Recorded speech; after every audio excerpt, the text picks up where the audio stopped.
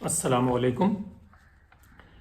پچھلے چند دنوں میں مسلم لیگ نون کے کئی ہمدردوں اور حمایتوں سے ملاقات ہوئی اور یہ حقیقت آشکار ہوئی کہ تحریک انصاف کے کارکنوں اور اس پارٹی کے خلاف ان کے دل میں کس قدر ناقابل بیان نفرت موجزن ہے۔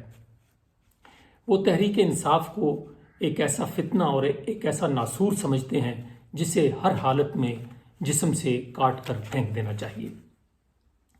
آزادی مارچ سے ایک رات قبل جس طریقے سے ملک کے طول و عرض اور خصوصاً پنجاب میں رات کے اندھیرے میں گھروں کی چادر اور چار دیواری کی پامالی کی گئی اور خواتین کی بے حرمتی کی گئی، یہ مہذب اور جمہوری دنیا میں کہیں سننے کو نہیں ملے گا۔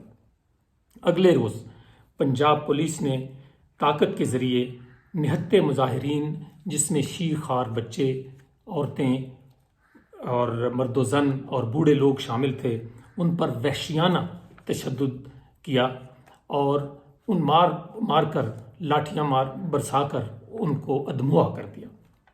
اور یہ سوچی سمجھی ریاستی پالیسی تھی کہ لوگوں پر اس قدر تشدد کیا جائے کہ ان کے حوصلے ٹوٹ جائیں اور مار مار کر ان کا بھرکس نکال دیا جائے۔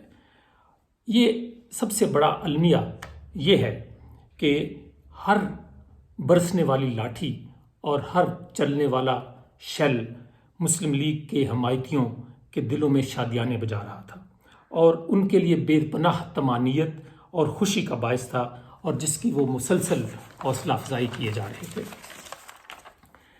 جب راوی کے پل سے ایک نوجوان کو نیچے پھینکا گیا اور اس طریقے سے اس کی جان بھی چلی گئی، تو اس کے باوجود بھی کسی کے کان پر جوں بھی نہ رینگی اور کسی کا دل نہ پسیچا۔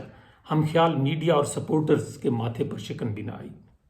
یہ پتھر دلی، ایذا پسندی، جس کو انگریزی میں سیڈزم یا سیڈسٹک بیہیویئر کہا جا سکتا ہے، اسے دیکھ کر دل کو بہت ملال ہوا کہ سیاسی مخالفین کے ساتھ یہ بہیمانہ تشدد کیوں کر صرف قابل قبول ہی نہیں بلکہ اس قدر خوشی اور بے پناہ قلبی طمانینت کا سبب بن سکتا ہے۔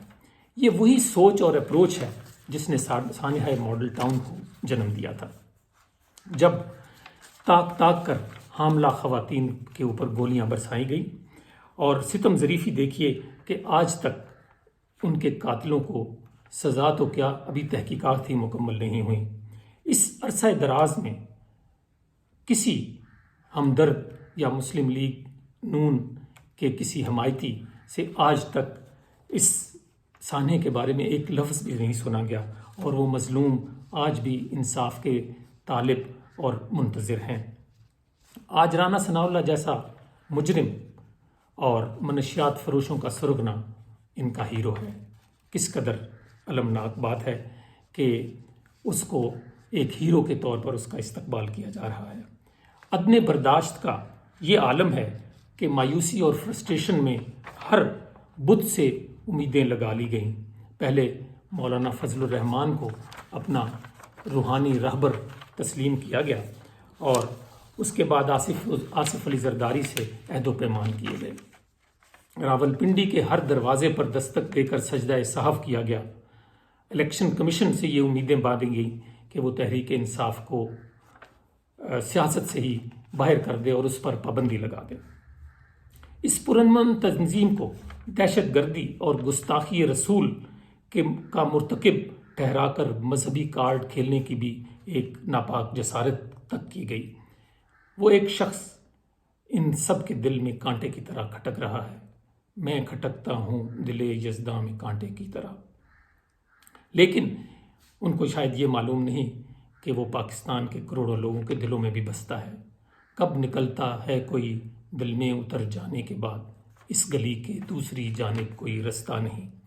اور جب عدالتوں نے پرامن احتجاج کے حق کو تسلیم کیا تو حسب معمول اور حسب عادت مسلم لیگ نون کی تمام توپوں کا رخ عدالتوں کی طرف موڑ دیا گیا۔